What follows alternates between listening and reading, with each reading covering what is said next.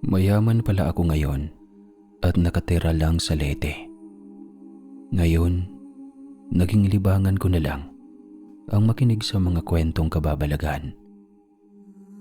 Kaya naisip kong ibahagi ang sa akin, yung mga kwento na hindi ko nasasabi kahit kanino. Dahil alam kong mahirap itong paniwalaan. Pero sigurado ako na kapag sa ibang tao ko inilabas ang aking saloobin, kahit papano ay may maniniwala sa akin. Maaaring tunog kahambugan sa inyo ang pagbanggit ko na mayaman ako. Pero iyon ang totoo at iyon ang pinagmula ng kwento natin ngayon. Pero bago ang lahat, lumaki ako sa sobrang hirap nun. Hindi lang basta-basta sabi-sabi, talagang napakahirap ng buhay namin nun.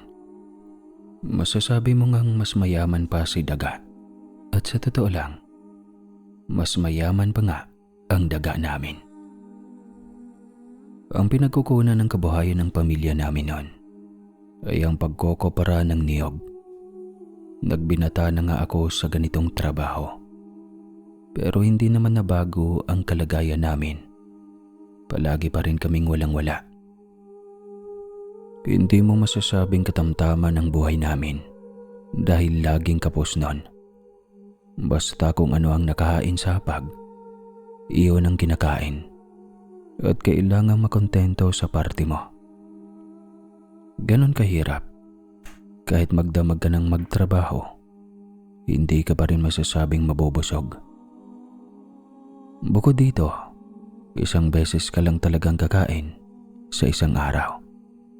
At limitado pa ang malinis na tubig. Kaya noon, hindi na ako nangarap ng mataas. Hindi rin naman kami pinag-aral. Akala ko nga noon ay sigurado na akong mamamatay na lang kami sa pagkukopera ng niyog. Sa kabila ng lahat ng iyon, kahit gaano kahirap ang buhay namin, masaya naman ang relasyon namin ng pamilya ko. Lagi kaming puno ng tawanan at kwentuhan. At bihira kaming mag-away. Kaya puno pa rin ng kapayapaan ang bahay namin. Pero totoo rin ang sinasabi ng karamihan. Hindi ka mapapakain ng pagmamahal. Alam kong nagsumikap talaga ang mga magulang namin para mabigyan kami ng magandang buhay. Kaso sa estado namin, malabo talaga kaming umangat. Dumating ako sa puntong hindi ko na gusto ang ginagawa ko. Napipilitan na lang ako kahit ayaw ko na. Dahil alam kong wala namang mangyayari. May mga araw na tinatanggap ko na lang na mamamatay ako sa gutom. Mga panahong sobrang nakakapagod na at unti-unti nang nawawala ang motibasyon ko. Buti na lang, palagi akong pinapaalalahanan ng tatay ko. Bilang paborito niya akong anak. Kaya madalas, kahit anong pumapasok sa isip ko na dahilan para sumuko, nakakahanap pa rin ako ng lakas ng loob para magpatuloy. Lagi mong tandaan, kahit mahirap ang buhay natin, kahit lagi tayong kinakapos, at mas lamang ang pagod kaysa sakita, ang mahalaga doon, hindi tayo nagnanakaw at nabubuhay tayo ng batas dito sa mundo. Sa mabuting paraan tayo kumikita. Kahit mahirap tayo habang buhay, ang mahalaga, wala tayong tinatapakang tao sa trabaho natin. Alam ko naman yun, Itay. Minsan talaga nawawalan lang ako ng pag-asa. Kasi pangarap ko rin namang magkaroon ng sarili kong pamilya. Hindi naman sa minamaliit kita. Pero ayaw ko na kapag nagkaroon ako ng sarili ko, ganun pa rin ang buhay namin. Ayaw ko ng ganitong klase ng pamumuhay, Tay. Kaso wala eh. Parang walang magbabago. Wala ring trabahong tatanggap sa akin sa labas. Wala pa naman ni isa sa atin ang sumubok magtrabaho sa labas. Kaya ganyan ang naiisip natin. Pero kung gusto mong subukan, pwede naman anak. Wala rin naman tayong mawawala. Masaya ako na naiisip mong huwag tularan ang buhay natin kapag nagkaroon ka na ng sarili mong pamilya.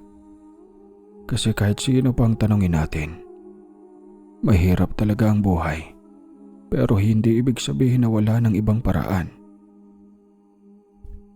Tay, pangarap ko rin namang maging magulang. Pangarap ko ring matawag na tatay. Gusto ko ring magkaroon ng mga anak, ng asawa. Pero hindi ko pinangarap na tatanda silang ganito, na magkukopara na lang din balang araw. Sobrang nakakapanghina, Tay. Kahit sinong babaeng magustuhan ko, hindi ko magawang lapitan. Kasi wala naman akong maipapangako. Ayaw ko rin naman silang idamay sa hirap ng buhay. At isa pa, nahihiya ako. Anak, naiintindihan ko ang nararamdaman mo. Hindi ka mali sa mga pangarap mo. Lahat ng sinabi mo, gusto ko rin sanang maibigay sa inyo noon. Pero tandaan mo, hindi nasusukat ang pagiging ama sa yaman o kung gaano karami ang maipapangako mo. Nasusukat yan sa kung paano ka magsikap at magmahal. Ito lang tatandaan mo. Kung may babaeng darating sa buhay mo, hindi niya hahanapin kung ano ang wala ka, kundi kung sino ka. At kung handa kang magsumika para sa kanya at sa magiging pamilya mo, sapat na iyon para magsimula. Huwag mong isipin na hanggang dito ka na lang. Hindi habang buhay ganito, anak. Kung gusto mong baguhin ang buhay mo, magsisimula yan sa paniniwala mo sa sarili mo. At anak, mas gugustuhin ko makita kang sumubok at mabigo kaysa habang buhay kang natatakot at walang ginagawa. Tay, maraming salamat. Hindi ko man kaagad maramdaman, pero parang gumagaan kahit papano. Siguro nga, natakot lang ako. Natakot na baka wala akong maibigay. Na baka hindi ako maging sapat. Pero tay, tama ka. Kung may darating man na tao na tatanggap sa akin kung sino ako, siguro, hindi ko na dapat sayangin iyon. Hindi ko man kayang ipangako ang marangyang buhay, pero kaya kong ipangako na hindi ako titigil magsumikap. Siguro tay, pwede ko nang subukang umibig. Kahit dahan-dahan lang. Ganun ba, anak? Sabihin mo nga sa akin, may nagugustuhan ka na ba? Napapansin ko kasi iba ang ngiti mo ngayon. Hindi na puro pagod ang laman ng mga mata mo.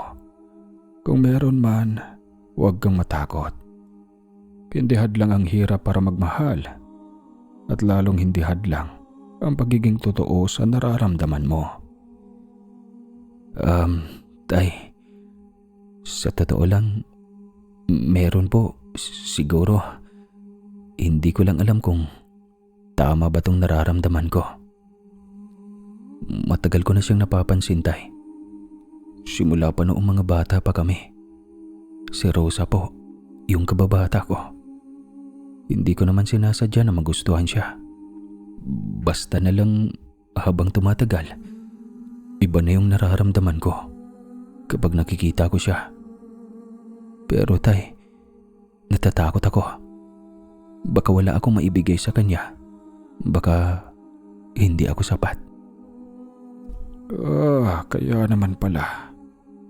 Kaya pala kung mag-isip ka tungkol sa kinabukasan mo, parang pasan mo ang buong mundo. May pinapangarap ka na palang babae. Ganyan talaga, anak. Kapag may taong gusto mong ipaglaban, biglang nagiging mabigat ang lahat. Pero siya rin ang nagbibigay ng dahilan para magsikap ka. Hindi masama yan. Sa totoo lang, magandang simula yan. Kung siya ang dahilan kung bakit gusto mong magbago at umasenso, huwag mong takasan. Gawin mo iyang lakas mo. Tay, gusto ko po siyang ligawan. Hindi ko pa po alam kung paano sisimulan eh. At alam kong wala pa akong may pagmamalaki. Pero ayoko nang magtago sa takot. Hindi ko man maibigay ang marangyang buhay ngayon, pero kaya kong maipakita sa kanya na handa ako magsumikap para sa kanya at para sa magiging pamilya ko balang araw. Gusto ko pong subukan, Tay. Kahit mahirap, susubukan ko. Kung ganun anak, huwag ka nang magsayang ng oras. Kung gusto mo siya, ligawan mo. Subukan mo lang. Wala namang mangyayari kung puro ka lang takot at pag-iisip eh. Mas mabuti nang sumubok ka at malaman mo ang sagot kaysa habang buhay kang magtanong ng paano kung... Natawa na lamang ako kay Itay. Kilala na talaga ako ni Rosa, kaya agad niyang naramdaman kung ano ang gusto kong iparating sa bawat sinasabi ko. Matagal ko na siyang gusto, simula pa noong mga bata pa kami. At walang makakapagpabago sa nararamdaman kong iyon para sa kanya. Ang iniisip ko kasi, napakabuti ng puso niya. Ayoko sanang siya pang mahihirapan o magdusa kapag naging kami. Lalo na't pangarap ko siyang maging asawa balang araw. Hindi naman kalayuan ang bahay nila Rosa sa amin. Kilala rin niya ako, pati na ang pamilya ko. Dahil magkaibigan naman ang mga tatay namin. Alam din nila ang kalagayan namin sa pagkukopra. Iba naman ang ikinabubuhay nila. Nagtatanim sila at kahit papano, mas magaan ang buhay nila kumpara sa amin. Kaya nahihiya ako. Hindi ako makalapit sa kanya dahil pagkaramdam ko, mas kaya niyang mabuhay kaysa sa akin. Ang isa pang nagpapalakas ng loob ko ay ang paniniwala ko na kaya rin akong gustuhin ni Rosa pabalik. Base sa mga ipinapakita niya kasi sa akin. Kumbaga, pareho lang kaming nahihiya sa isa't isa.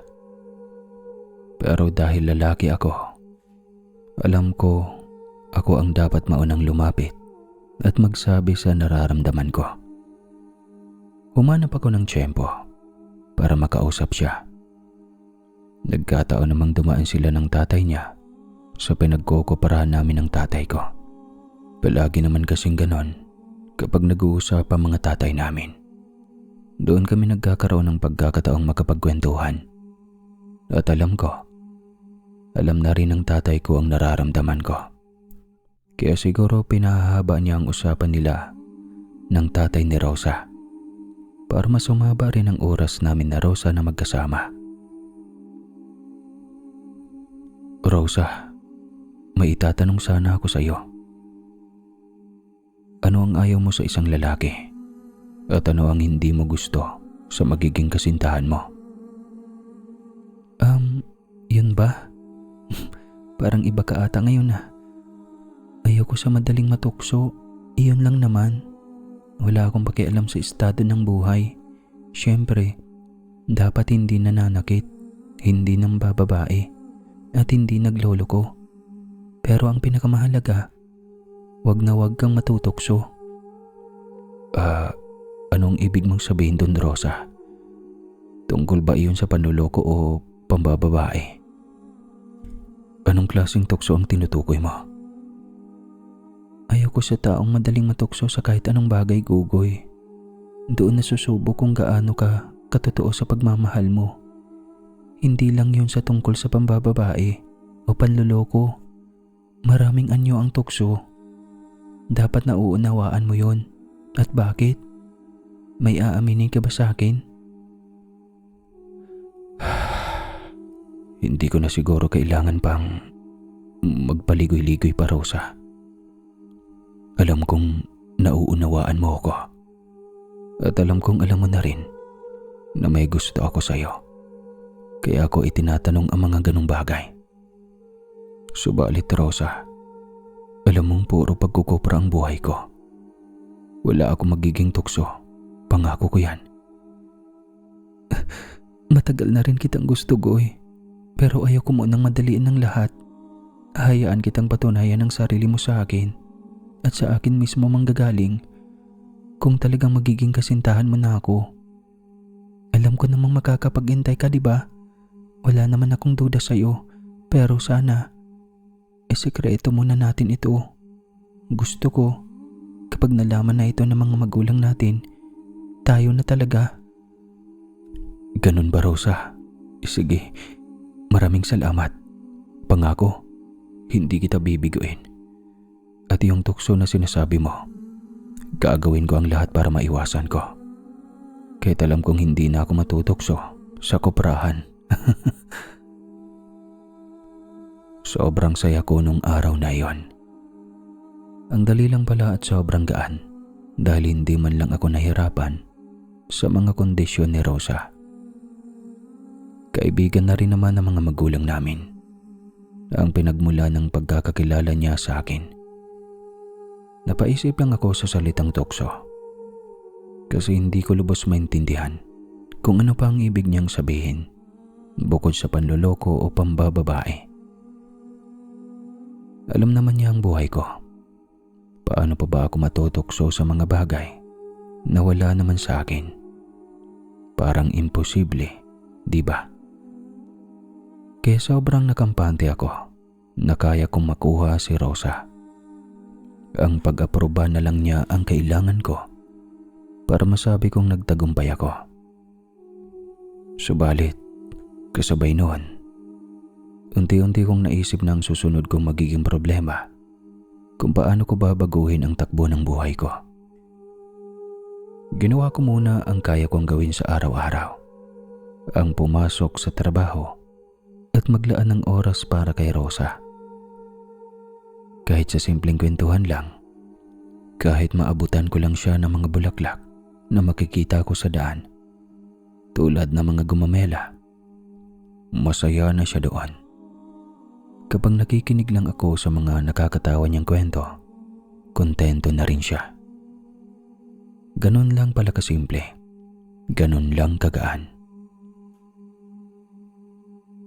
Isang tanghali habang nagkukopra, tumambay siya habang nagtatrabaho ako.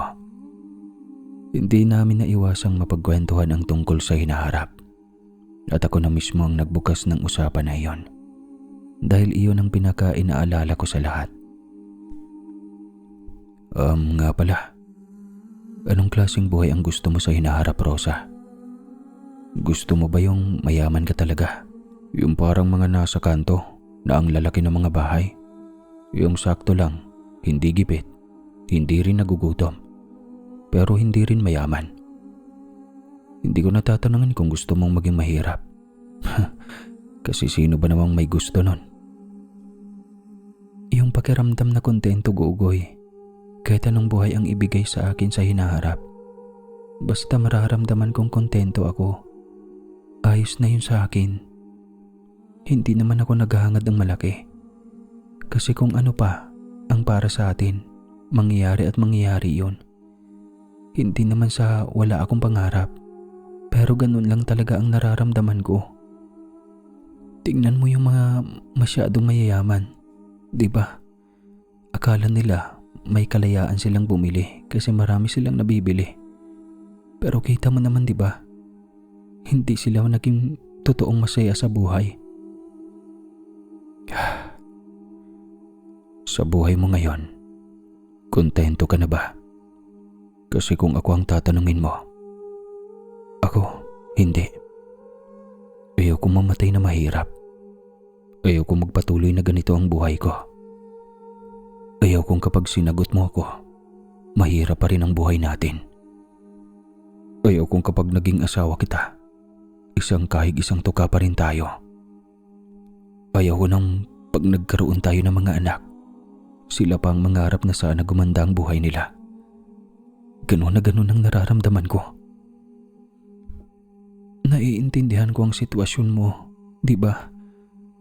Kaya nga sinasabi ko sa iyo, ang ayaw ko lang ay ang tukso.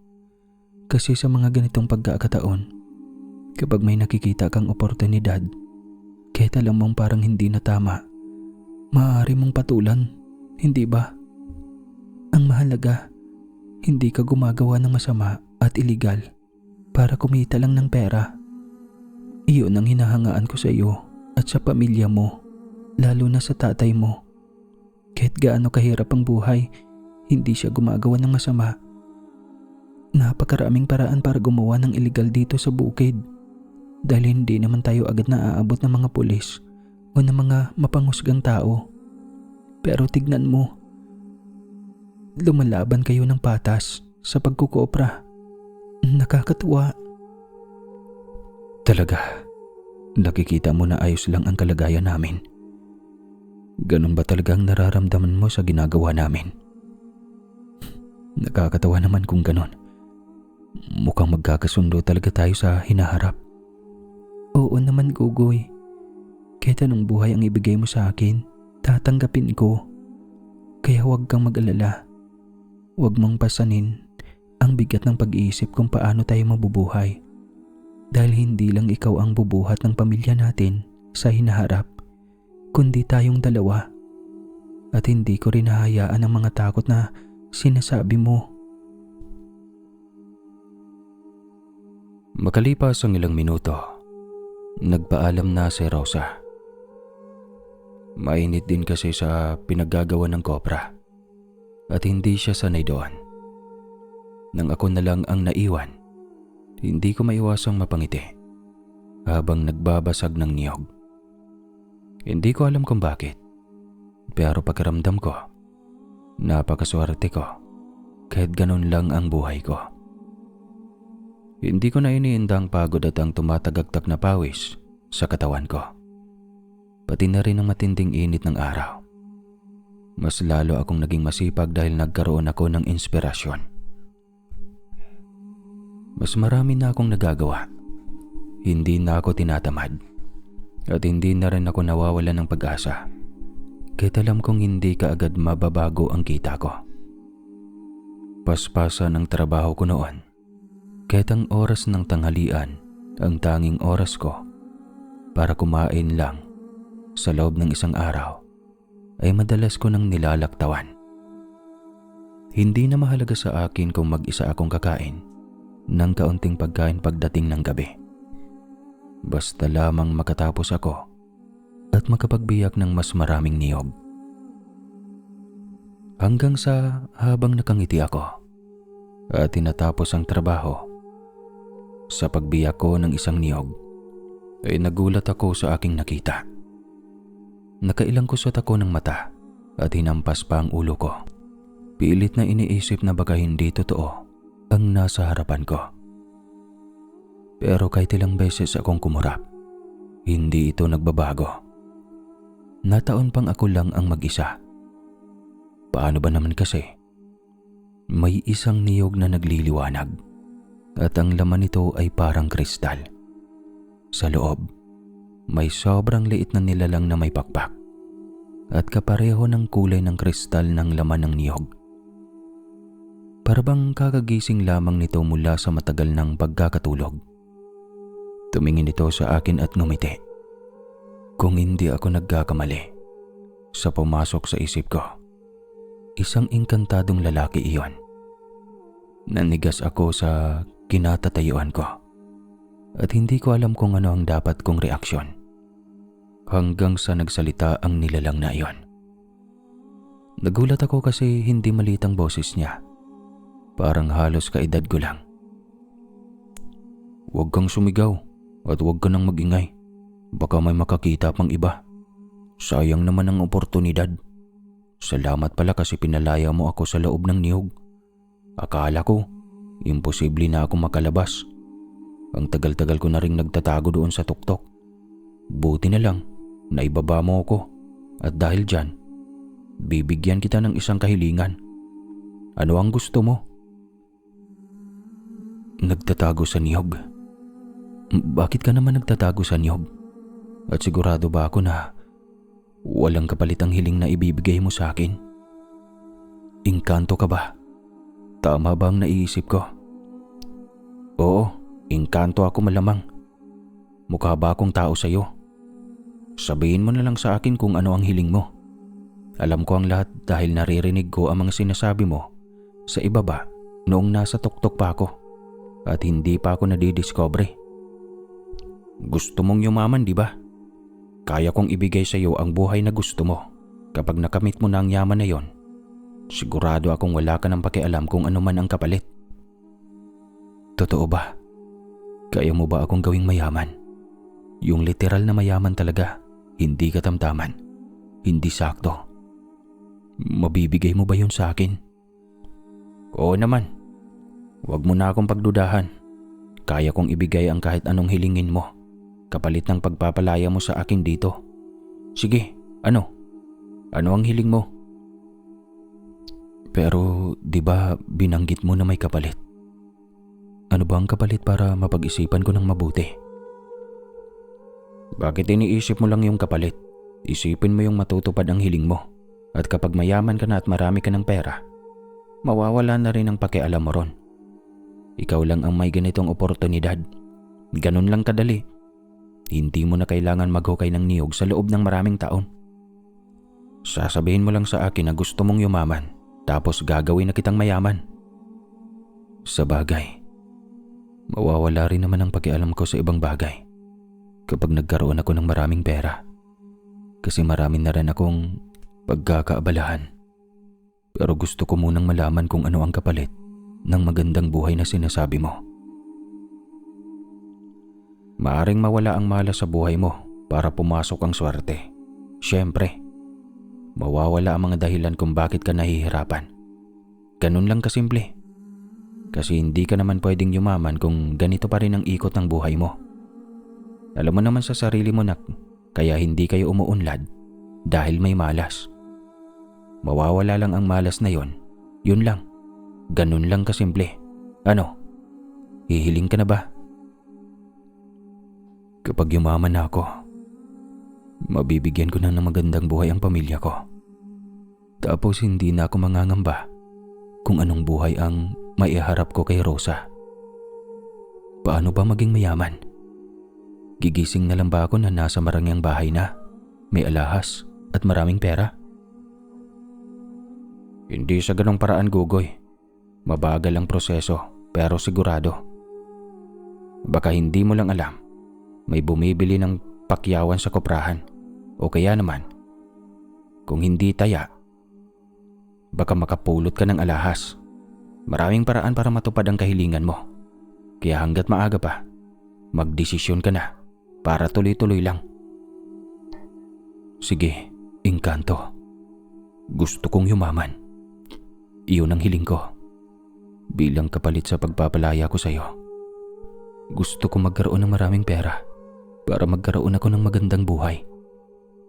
O sige, tutuparin ko ang hiling mo at wala nang bawian. Yayaman ka at makikita mo iyon. Mabagal pero sigurado. Kapag kailangan mo ako, tawagin mo lang ako sa pangalan ko. Sulyan. Nawala ang engkanto at parang unti-unting nalusaw ang kristal sa niyog na hawak ko. Napatingin ako ng mabuti at bigla akong natauhan. Kiniisip ko kung namamalikmata lang ba ako, pero hindi. Sobrang linaw ng lahat ng nangyari sa akin. Hindi ko alam kung may dapat ba akong pagsasabihan. Pero mas pinili kong itikom na lang ang bibig ko at hintayin kung ano ang magiging resulta. Sa puntong iyon, dahil hindi pa rin ako makapaniwala, wala na rin akong pakialam kung tutuparin ba ng engkanto ang hiling ko o hindi. Bahala na. Hanggang sa hindi na maalis sa isip ko ang mga tumatakbo sa utak ko noon. Parang gusto ko nang magsisi. Kasi hindi ko man lang inalam kung ano talaga ang eksaktong kapalit. May kaba akong nararamdaman at kakaiba iyon. Parang hindi dapat ganito kung talagang mabuting engkanto, di ba? Pero pilit ko pa ring itinataboy ang takot.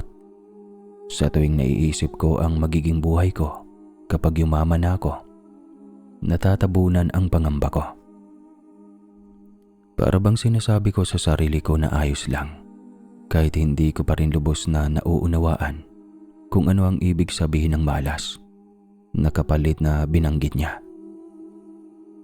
Hindi pa man sumasapit ang hapon, nakatanggap na kami ng balita ni tatay. May nagmamadaling bibili ng langis ng niyog at handang magbayad ng triple sa karaniwang presyo.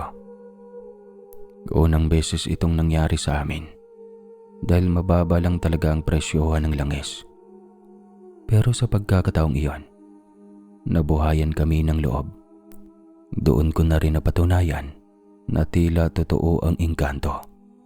Totoo ang nangyari. Pero wala pa rin akong masabi o mapagsabihan. Basta ang nasa isip ko, kailangan tuloy-tuloy ang trabaho. Binilisan namin ang kilos at kahit sumapit ang gabi, hindi namin ininda ang mga kagat ng lamok. Malaki ang kikitain namin at iyon lang ang mahalaga sa sandaling iyon. Hindi pa man lumalim ang gabi, natapos na namin ang mga kailangang gawin. Kailangan din namin gumising ng maaga noon, kinabukasan, para salubungin ang kukuha nito at matanggap na ang bayad. Kaya nagpahinga na kami kaagad. Kinabukasan, umaasa akong mauunang babangon si tatay, pero hindi. Wala raw siyang lakas noon na bumangon at masakit ang buong katawan niya. Hindi ko naman siya masisisi dahil sobrang hirap ng naging trabaho namin noong nakaraang gabi. Kung hindi lang talaga para sa kikitain, hindi ako gagalaw. Kaya ako na ang sumalubong sa bibili ng aming kopra. At nang maibigay ko na ay natanggap ko ang pera. Ang una kong naisip ay bumili ng masarap na ulam para sa pamilya ko. Kasunod noon, may isa pa akong binili para kay Rosa. Isang bestida sa palengke. Sobrang saya pala sa pagkaramdam. Pag-uwi ko ng bahay, tuwang-tuwa ang nanay at mga kapatid ko, pati si tatay. Sa masarap naming ulam na alam kong para sa ibang pamilyang may maayos na kita, ay simpleng bagay lamang. Naging abala kami sa koprahan sa mga sumunod na araw. Tuloy-tuloy ang dating ng mga bumibili.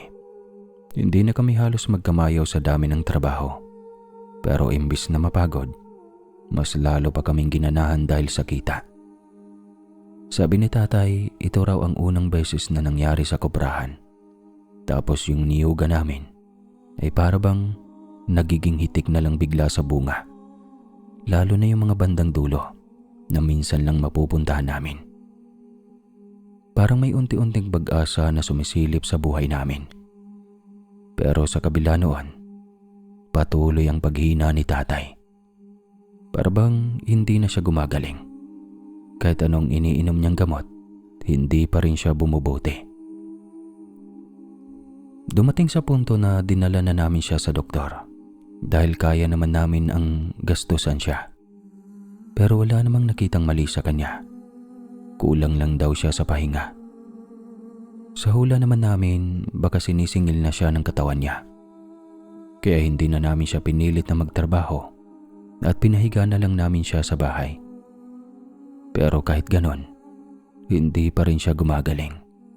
Sa halip, parang lalo pa siyang lumalala. Kayang-kaya naming tustusan ang gamot niya. Ang problema lang namin ay kung hanggang kailan siya magagamot. Dahil hindi pa rin bumubuti ang pagkaramdam niya. At ang pinakamasaklap, sumunod ang panghihina ni nanay. Hindi namin masabi kung nahawa siya kay tatay. Dahil hindi rin namin alam kung ano talaga ang sakit niya. Basta bigla na lang silang parehong nanghina. Hindi na nila maasikaso ang sarili nila. Kaya napilitan akong hatiin ang oras ko para sa mga kapatid kong bata pa.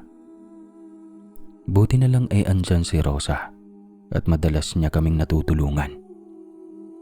Pinagtataka ko lang, kahit nagkakaganon ang mga magulang ko, tuloy-tuloy pa rin ang biyaya. Sunod-sunod ang kita sa kuprahan. Dumarami ang mga bumibili at lumalapit sa amin. Dumadami na rin ang ipon ko. Gusto ko man ubusin lahat iyon para sa gamutan ni nanay at tatay, pero wala namang makita ang mga doktor na problema sa kanila. May mga pagkakataon pa na bigla na lang silang nanlalambot. Nananaginip daw sila ng isang nilalang na kukuha sa kanila. Hindi ko na lang ito masyadong pinansin dahil alam kong minsan kapag may sakit, nagkakaroon talaga ng kung ano-anong imahinasyon at hallucination. Isang hapon noon, kakatapos lang naming magmerienda ni Rosa. Bigla niya akong kinausap tungkol sa isang bagay na talagang napaisip ako. Ang gara ng sitwasyon mo ngayon, Gugoy. Kasi nagkaroon ka na ng mga biyaya, pero nanghihina naman ang mga magulang mo. Paano mo masusulit lahat ng iyon, di ba? Sana talagang gumaling na sila tito at tita. Alam ko, Rosa, yun nga ang nagpapabigat sa isip ko. Kahit anong kitain namin, parang hindi ko rin magalaw ng maayos. Kasi baka sa susunod na araw, kakailanganin namin lahat para sa kanila yon. Natatakot ako na kapag gumalaw ako ng mali, ako pa ang masisisi. Kanino ka ba humiling ng swerte? Bakit parang ang pangit naman ng kapalit? Hindi biro lang. Kung magdasal ka naman sa Panginoon, siguro may maganda siyang plano. Basta maniwala ka lang sa Kanya, ha? At dahil meron ka ng naitabing pera, ipapaalala ko ulit sa'yo na lumayo ka sa tukso. Isipin mo kung saan ka nagsimula. Ang dami mo pang kapatid na aasa sa'yo. Ang sigurado lang ako sa lahat ng sinabi mo ay hindi ako sa Panginoon humiling. Ayoko na itong pag-usapan, pero unti-unti namang natutubad ang kahilingan ko na magkaroon kami ng pera. Pero hindi kasama sa hiling ko ang panghina ng mga magulang ko. Sigurado ako na nangyayari ito dahil masyado nilang pinapagod ang sarili nila sa trabaho. Hindi ko rin sinasabi na pabor ko ang lahat ng ito. Pero kahit papano, mas mabuti na rin na nakakapagpahinga sila dahil sa sakit. Para naman makapagpahinga sila at makahiga ng walang ibang iniintindi. Hindi mo man sabihin na pabor sa'yo, Gogoy.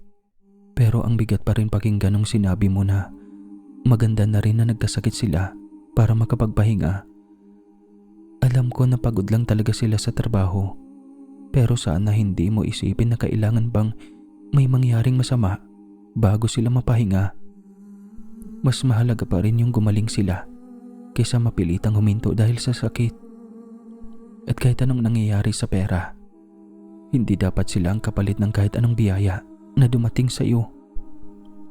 Hindi ganun ang ibig kong sabihin, Rosa. Alam ko kung gaano kahalaga sa kanila yung trabaho at pagiging aktibo. Ang punto ko lang, hindi tama na matuwa ako sa sakit nila.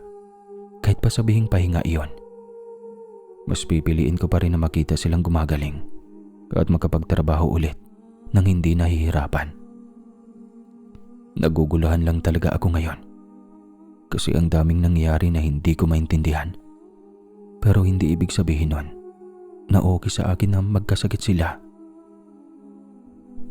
Hindi dapat sakit ang kapalit ng pahinga. Hindi dapat natin tinatanggap na okay lang sila na nahihirapan para lang may pera ka o may nangyayaring swerte sa iyo. Ang pahinga, binibigayan ng hindi nasasaktan ang tao. Mas natatakot ako sa iyo ngayon kaysa sa sitwasyon niyo noon. Kasi parang unti-unti mong tinatanggap na normal lang na may kapalit na ganyan lahat ng nangyayari. Ang hirap lang kasi, hindi ko alam kung paano pa namin sila tutulungan. Lahat ng ginagawa ko, parang kulang pa rin. Kaya minsan, napapaisip ako ng mga bagay na hindi ko rin naman gustong isipin. Gusto ko lang din naman na gumaan yung buhay namin. Para sa kanila. Para sa'yo. Pero hindi ko rin alam kung tama pa ba yung mga naiisip ko ngayon.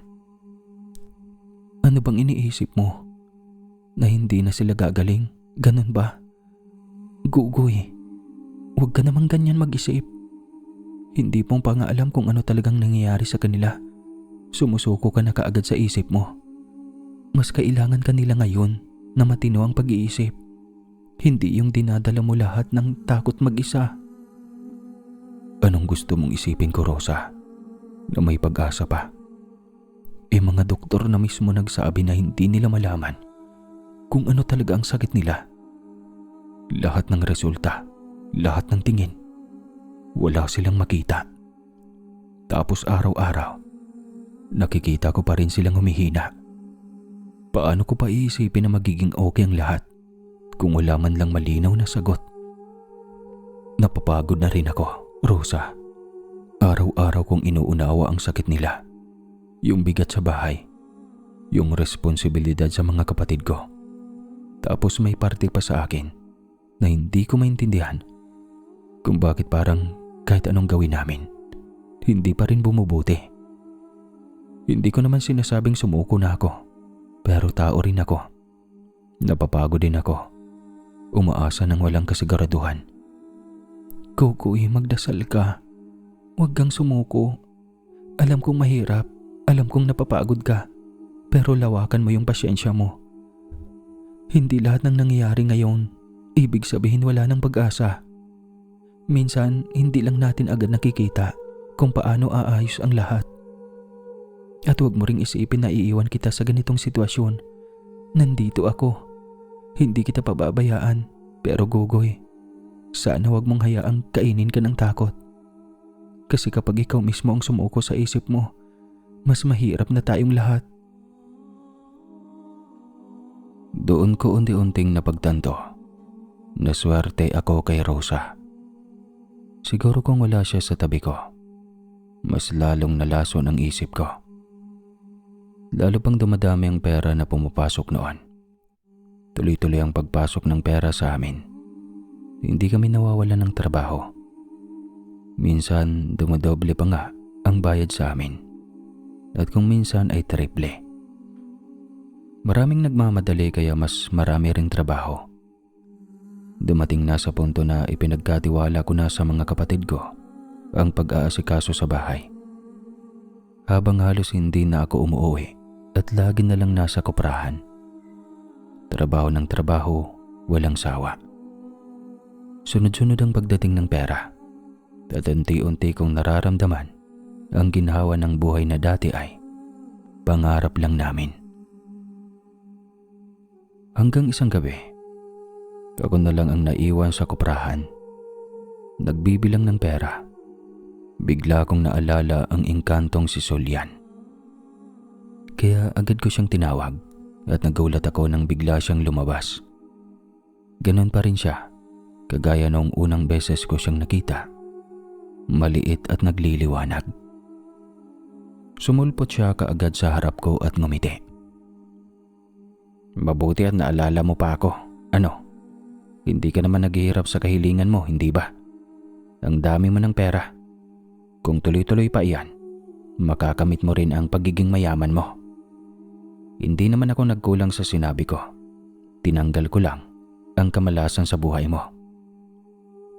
Oo, hindi ako nagsisisi. Ang dami ko pang pwedeng gawin dito. Ang problema ko lang, hindi ko magalaw yung perang ipon kasi may sakit pa rin si nani at tatay. Hindi ko alam kung kailan sila bubuti. Baka kasi bigla naming kakailanganin yung pera. Huwag mong isipin iyon. Tuloy-tuloy naman ang pera. Babalik din yan sa'yo. Magtiwala ka sa sarili mo kasi ikaw ang humiling niyan. Kung mararanasan nila ang komportabling buhay, utang na loob nila yun sa'yo. Bakit hindi mo ipagawa ang bahay ninyo? Gawin mong maganda. Sige na. Huwag ka nang mag-alangan. Huwag mong isipin ang gastos. Huwag kang mag-isip ng negatibo. Walang mangyayaring masama sa mga magulang mo. Hindi ko alam, Solian. Pero parang ang bilis ng lahat. Gusto ko naman yung sinasabi mo. Yung gumaan yung buhay namin. Gusto ko yung maayos na bahay, yung hindi na kami hirap. Pero tuwing naiisip ko yung mga magulang ko, hindi ko maiwasang matakot. Paano kung mali ako? Paano kung may mangyaring hindi ko na mababawi? Hindi ko naman sinasabing ayaw ko na, pero sana, kung talagang walang mangyaring masama, sana sigurado. Kasi hindi ko na alam kung saan ako maniniwala ngayon.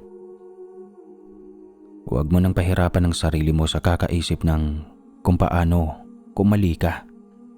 Hindi mo na kailangang bumalik pa sa takot na dati.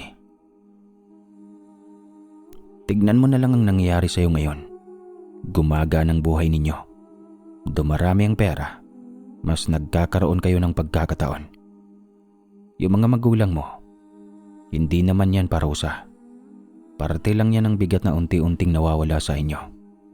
Minsan talaga, kailangan munang magbago ang isa para makapasok ang mas maayos na kapalaran. Magtiwala ka lang. Hindi ka pinaglalaruan. Pinipili ka lang na umasenso.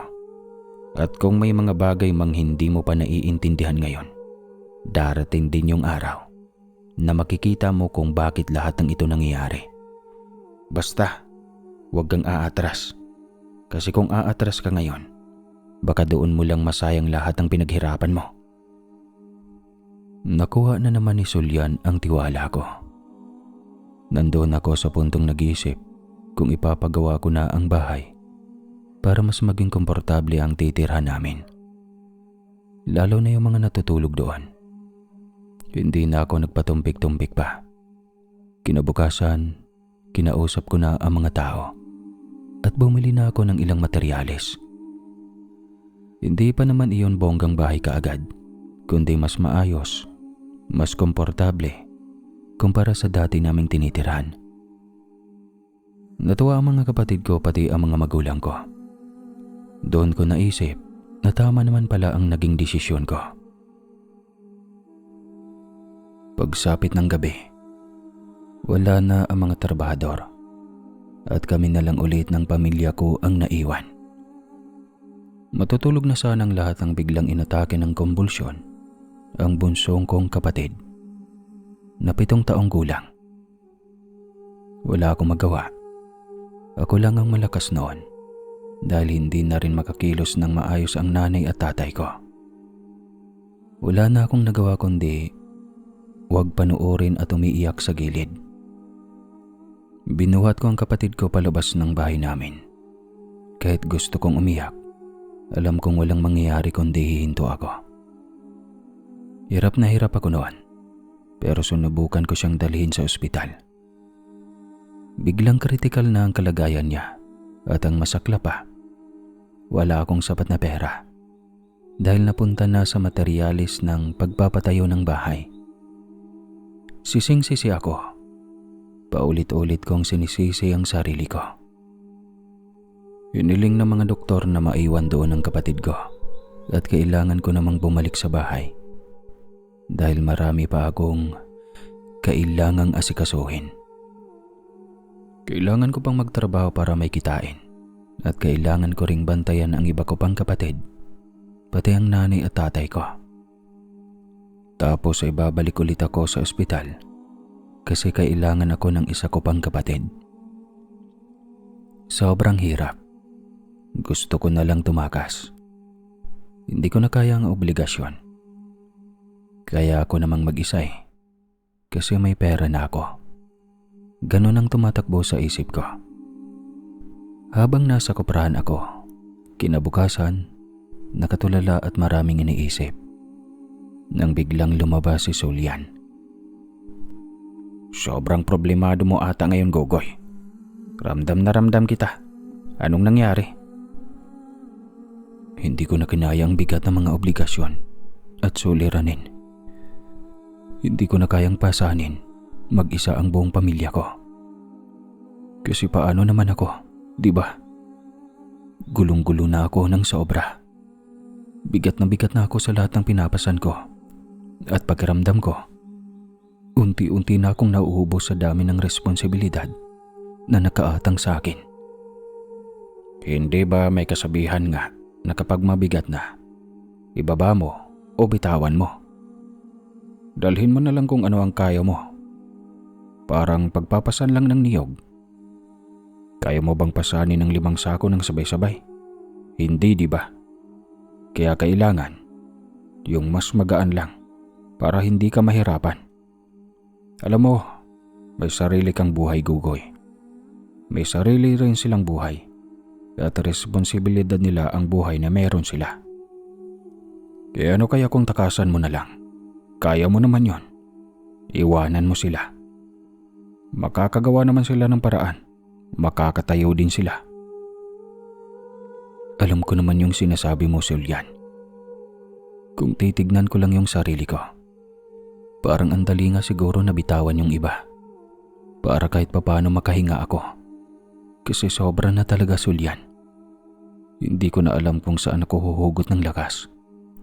Pero kahit papaano, sila pa rin iyon. Pamilya ko pa rin sila. Hindi ko alam kung kaya ko ba talagang iwan sila ng tuluyan. Pero gusto ko rin namang iligtas yung sarili ko bago pa ako tuluyang mawala sa sarili ko. Umalis ka, Gugoy. Wala kang masasandalan kung manatili ka rito. Tuloy-tuloy ang swerte na ibibigay ko sa iyo. Huwag kang magpaparamdam dito. Isipin nila na nawala ka lang. Hindi na tumakas sa obligasyon o hindi ka nahirapan. Makakagawa rin sila ng paraan. Kaya nila yon. Sige na, umalis ka na. Pumunta ka sa ibang lugar. Magsimula ka ng sarili mong buhay. Pag nakatayo ka na at sigurado ka ng kaya mo na, tsaka ka bumalik dito. Tsaka mo sila balikan. Napatitig ako noon sa kanya dahil totoo, may saysay ang sinasabi niya para sa akin. Hindi na ako nagpatumpik-tumpik pa. Talagang umalis ako noong gabing iyon. Bit-bit ang kakarampot na pera na inaasahan kong lalago rin naman. Iniwan ko ang bahay namin, ang kapatid kong nasa ospital, ang ilan ko pang mga kapatid at ang mga magulang kong hirap. Naniniwala ako noon na makakagawa sila ng paraan at kakayanin nila.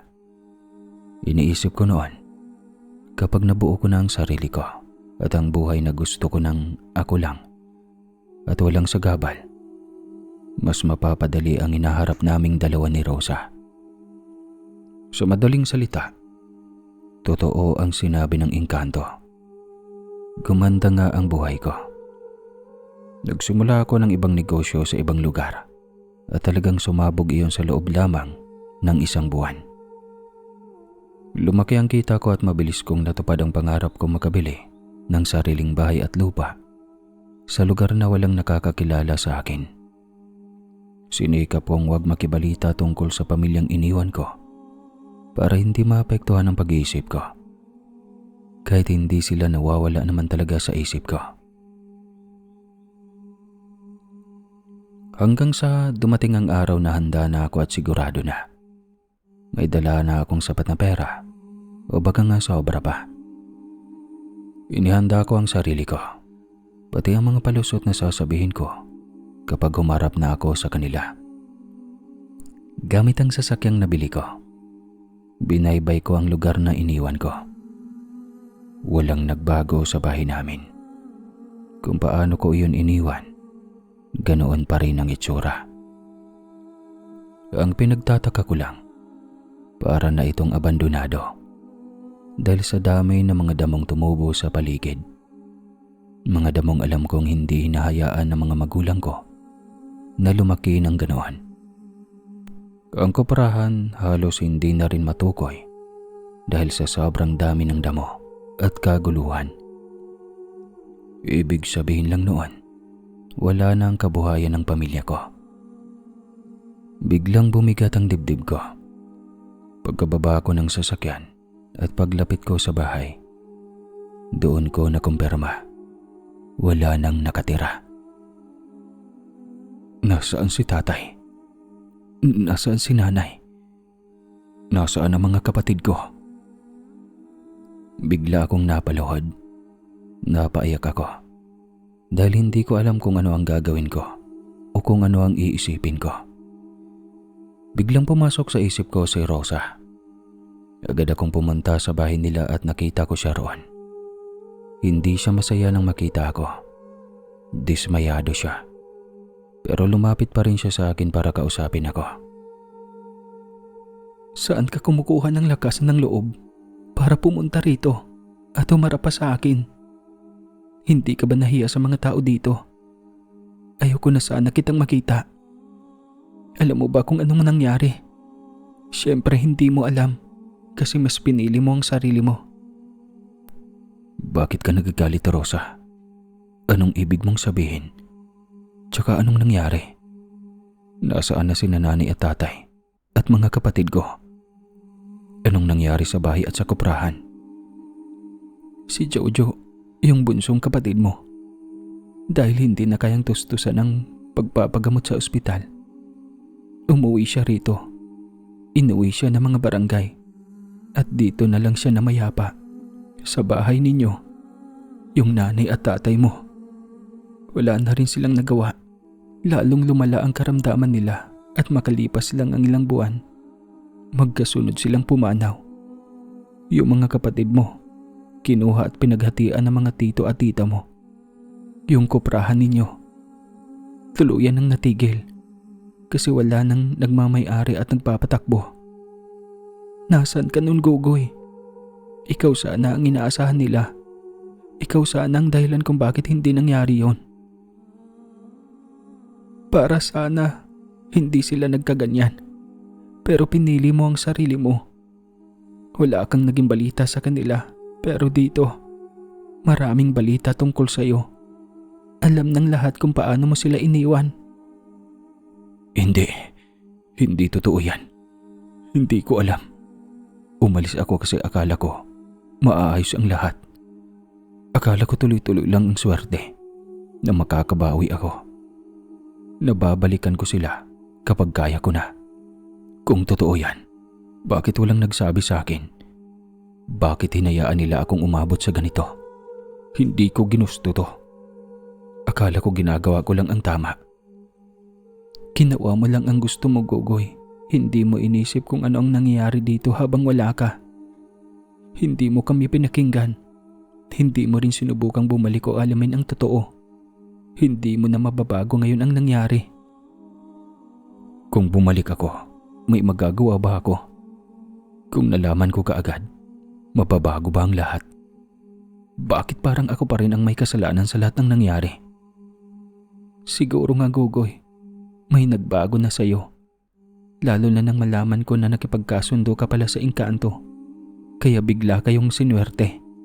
Alam mo ba, hindi ako nagkulang sa pagpapaalala sa iyo tungkol sa tukso. Tignan mo ang nangyari.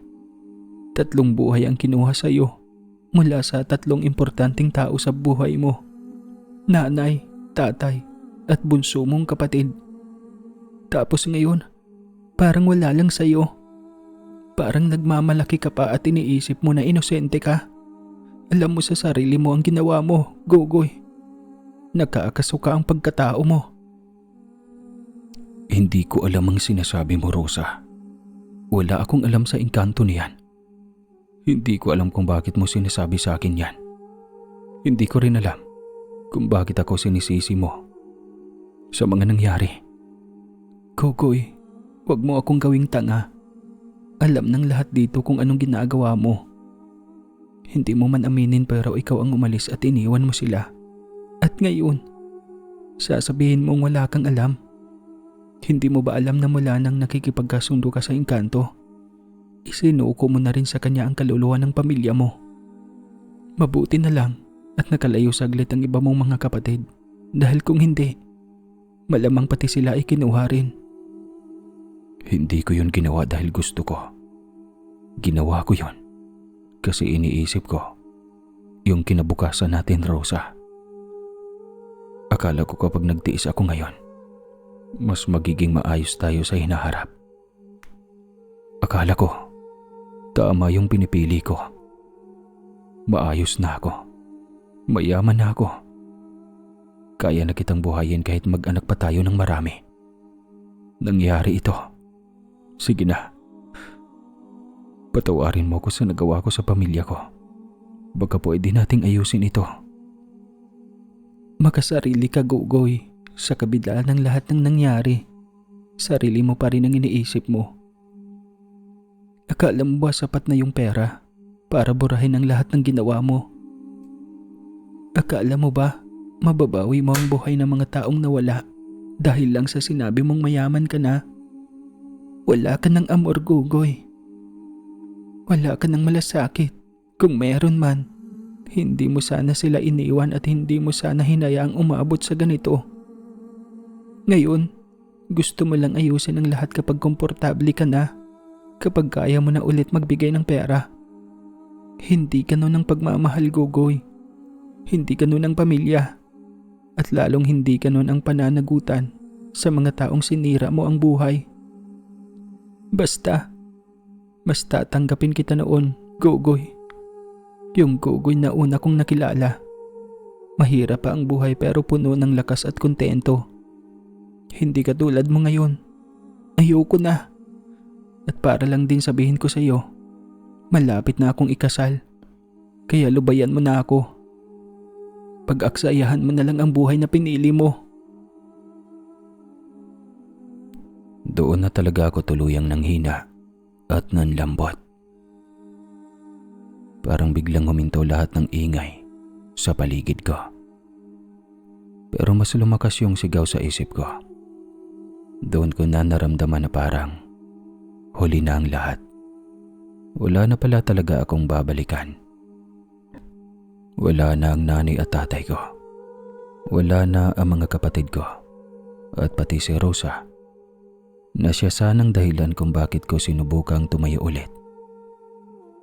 Habang paulit-ulit kong iniisip lahat, para bang unti-unting bumabalik sa akin yung mga desisyon ko. Bawat hakbang na ginawa ko, bawat sandaling pinaniwalaan ko si Solian, doon ko na rin nakita kung gaano ako kabulag. Akala ko swerte na yon. Akala ko'y pag-asa. Pero isa pala itong kapalit na hindi ko na mababawi kailanman. Nahulog ako ni Solian sa patibong niya. Niloko ako ng engkantong pinapaniwalaan ko. At ang mas masakit pa ron, hindi lang ako ang nawala. Pati lahat ng mahal ko sa buhay. Nadamay sa paniniwala kong magiging maayos ang lahat. Sa huli, ako lang din pala ang natira. Pero wala na akong maibabalik na kahit ano. Ginawa ko na lang ang kaya ko pang gawin. Hinanap ko ang mga tito at tita ko na kumupkop sa mga kapatid ko. Umaasang kahit papano, may matitira pa akong pamilyang makakausap, makakaunawa, o handang makinig. Pero pagkarating ko roon, hindi na ako sinalubong ng kahit anong pag-asa. Sa halip, mga tingin na puno ng galit at pagkasuklam ang bumungad sa akin.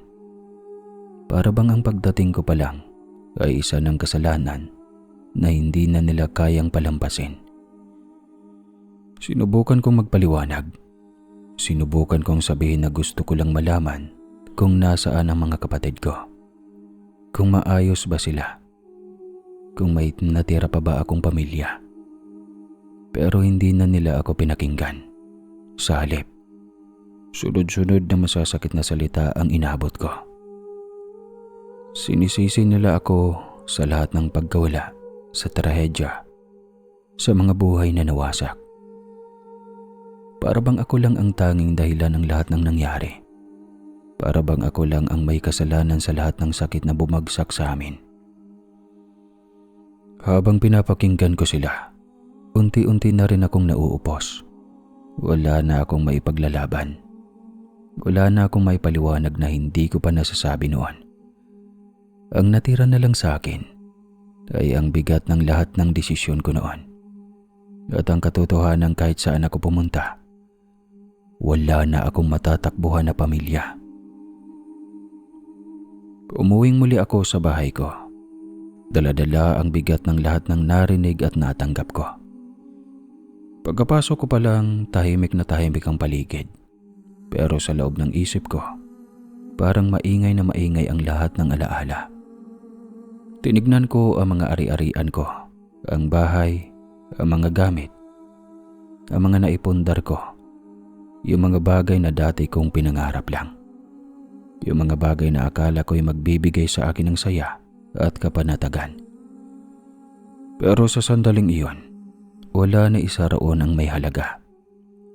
Parang lahat ng pinagpaguran ko, lahat ng hinabol ko, lahat ng pinapaniwalaan kong tagumpay, biglang naging walang saysay.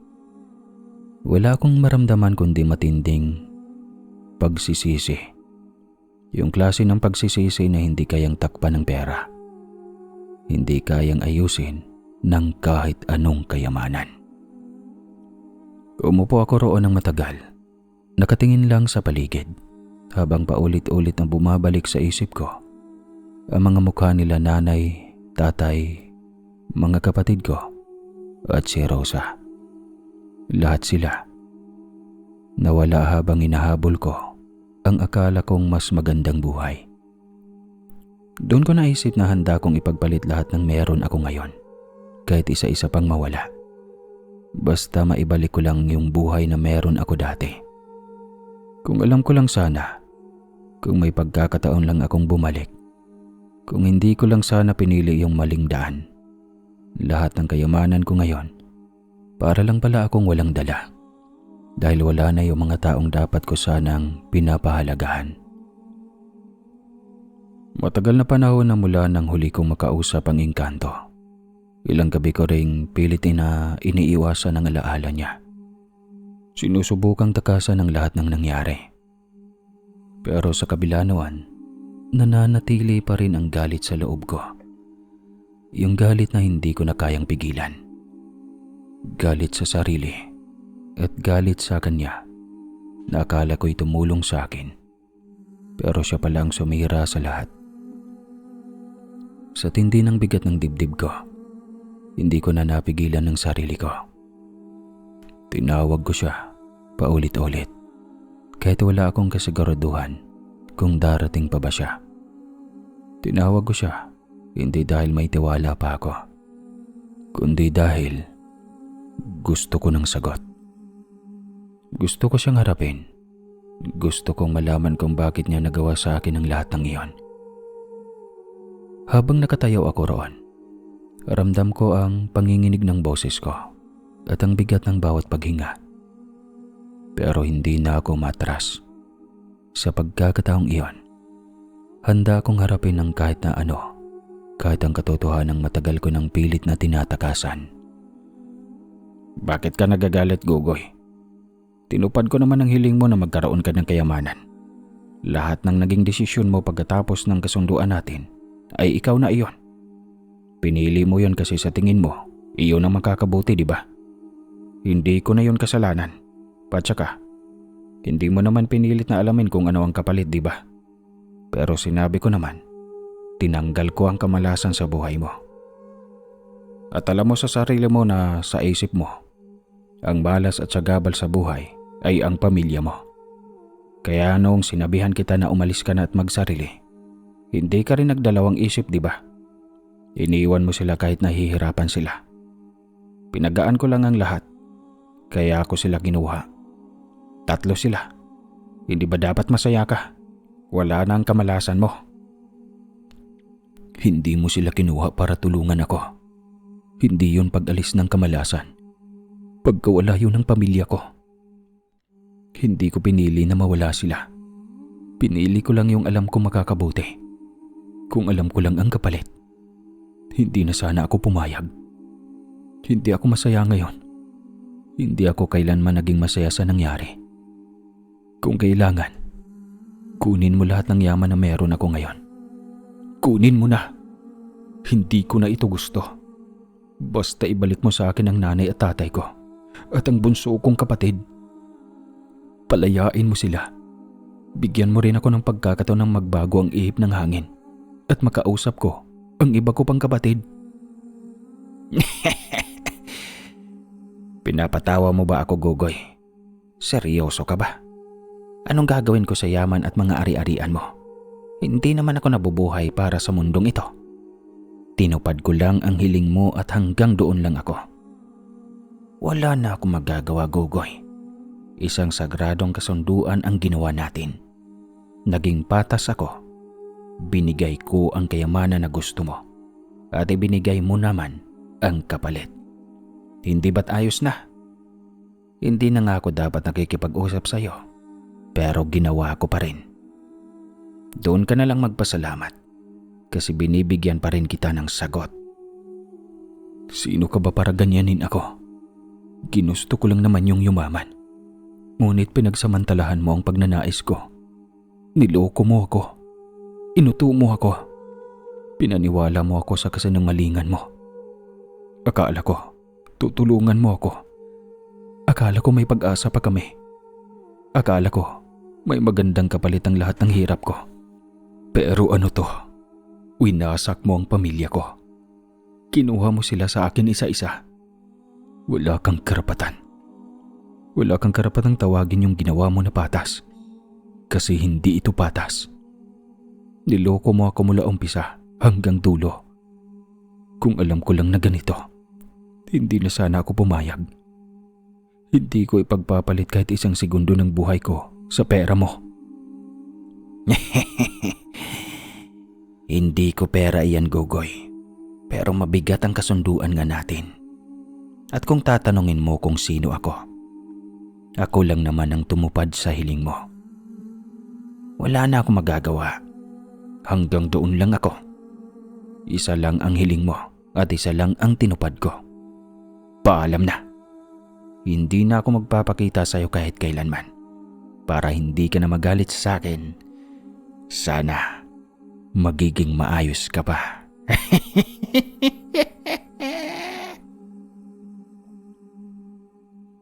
Nakangising naglaho si Solian habang nakatingin pa rin sa akin na para bang wala lang lahat ang nangyari.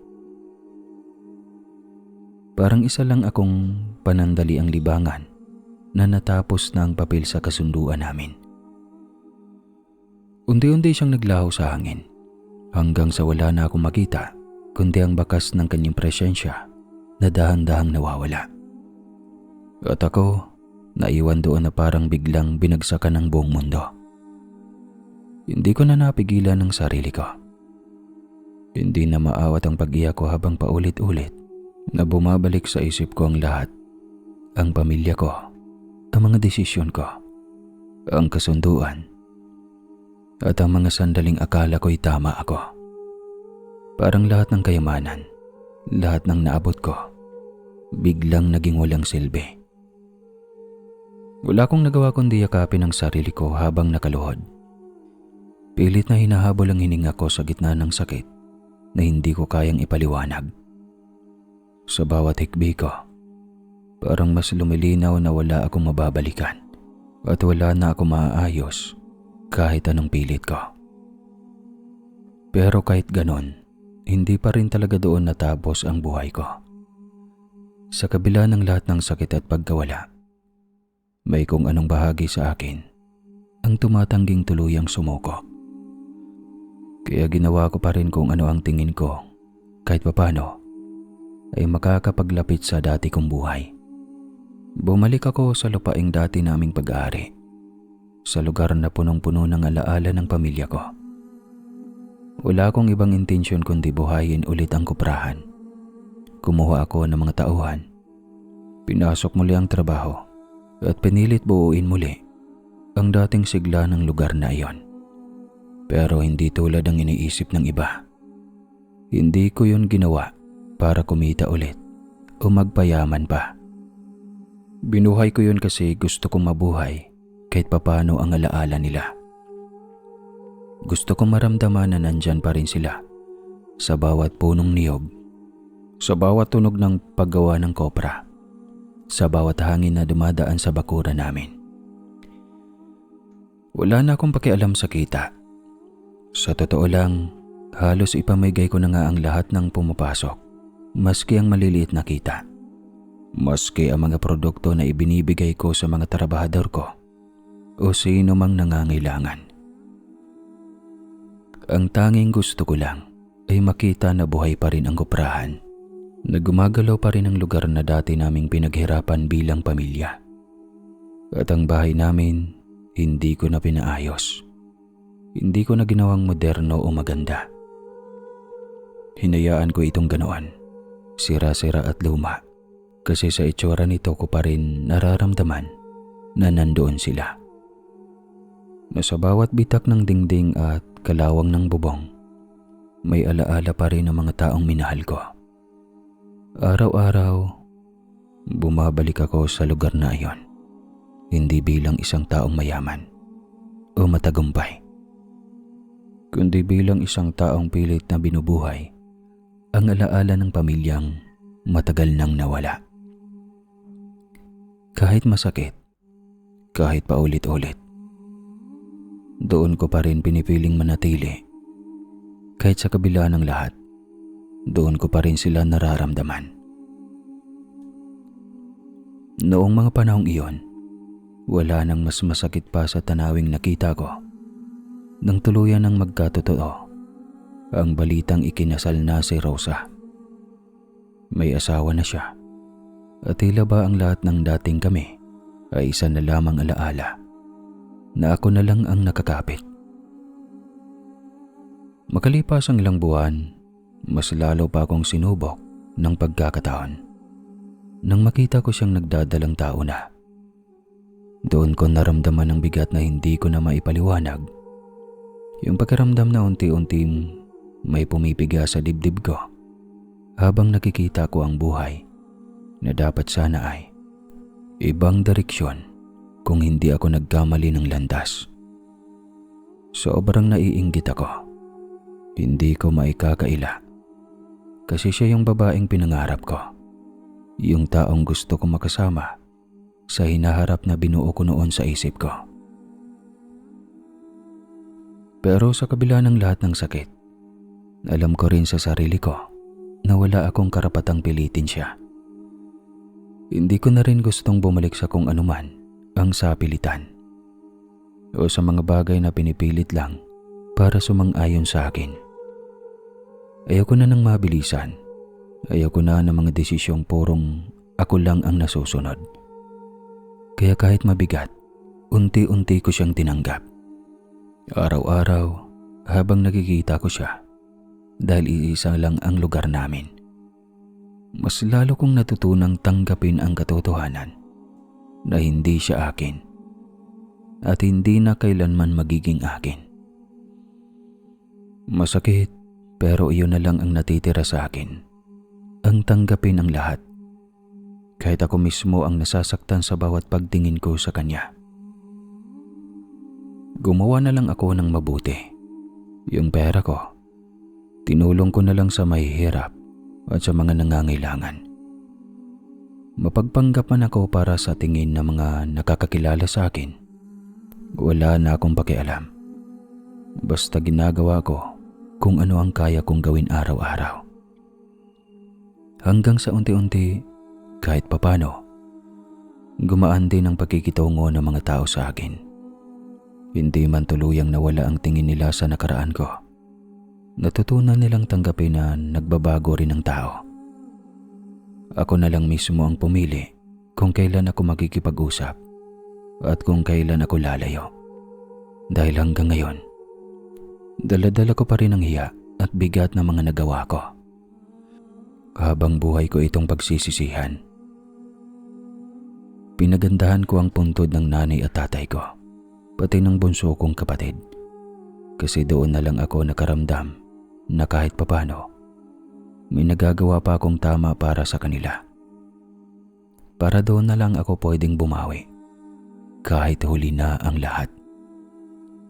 Yung pagbibigay sa kanila ng maayos at maaliwalas na himlayan ang naging tanging paraan ko para iparamdam na hindi ko sila nakalimutan.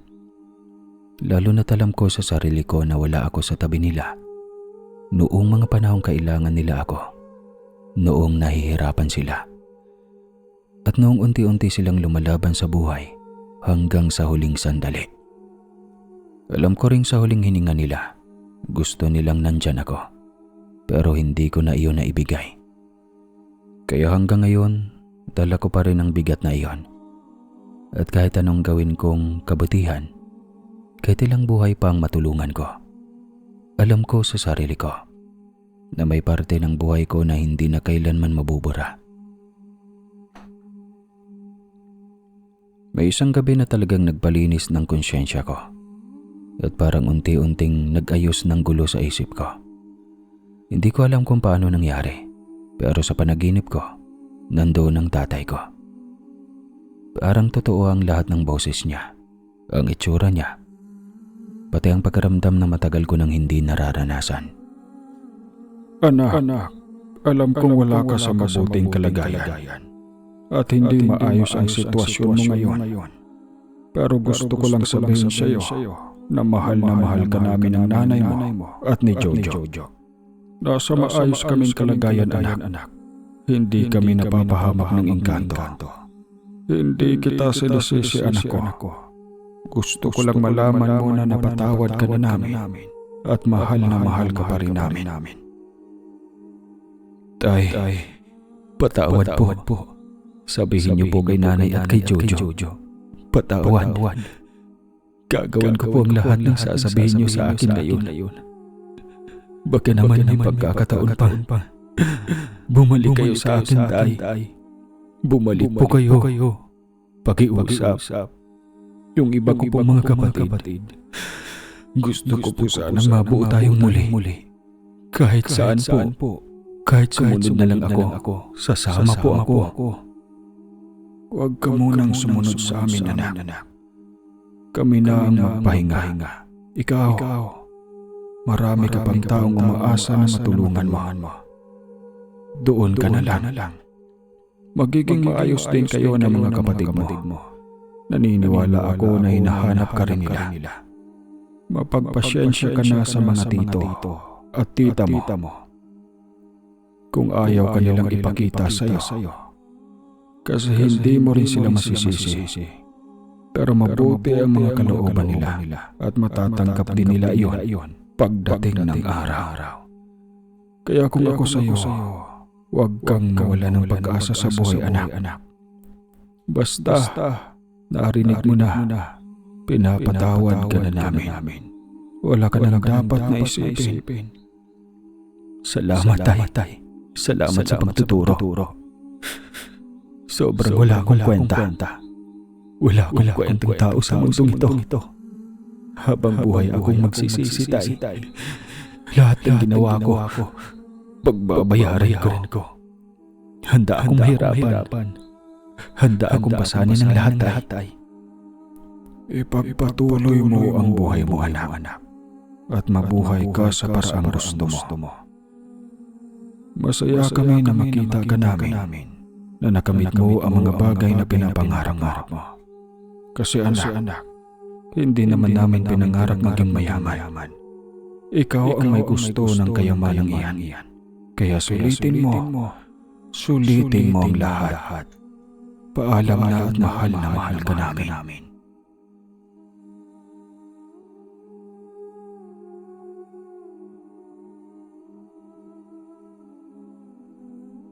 Naiyak ako sa kwento. Bigla na lang naglaho ang tatay ko. Hindi ko man lang siya niyakap. Hindi ko man lang nasulit ang pagkakataon na makita at maramdaman siyang muli. Parang isang saglit lang na naging totoo ang lahat.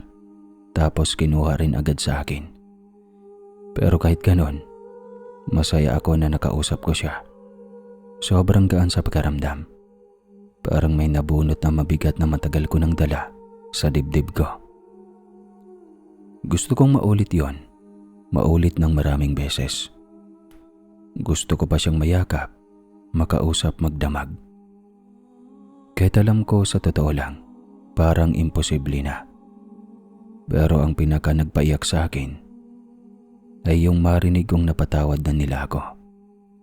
Yung pakiramdam na kahit sobrang dami kong pagkukulang, kahit sobrang laki ng mga nagawa kong mali, may natitira pa ring pagmamahal para sa akin. Pero kahit ganon, hindi pa rin mapatahimik ang isip ko. Hindi pa rin sapat sa akin ang lahat ng nararanasan ko. Parang kahit anong sakit ang dumating sa buhay ko, alam kong hindi pa rin iyon kapantay ng nagawa ko sa kanila. Hindi pa rin sapat na kabayaran ang lahat ng karma na tinatanggap ko ngayon kumpara sa pagkawala nila. Kaya hanggang ngayon, dala ko pa rin ang bigat, yung halo-halong lungkot, ginhawa at pagsisisi na hindi na yata ako tuluyang bibitawan. Kaya ngayon, mayaman man ako, wala akong maipagmamalaki dahil hindi ako masaya sa buhay ko. Para sa akin, lahat ng naabot ko ay parang walang saysay. Kasi kapalit nito ang mga taong pinakamahalaga sa akin.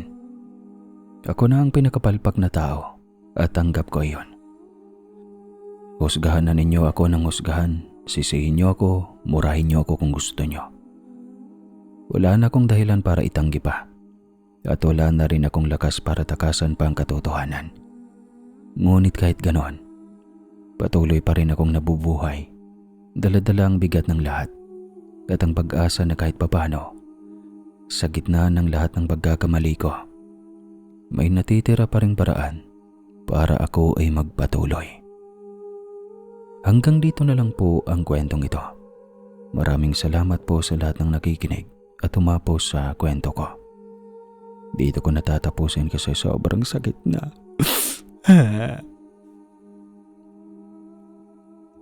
At huwag kalimutan magkape kahit mainit ang panahon sa Pilipinas. Alright. Maraming salamat po ulit at huwag kalimutan mag-comment, like and subscribe para ganahan ko ba. Naunsa na tuog mo?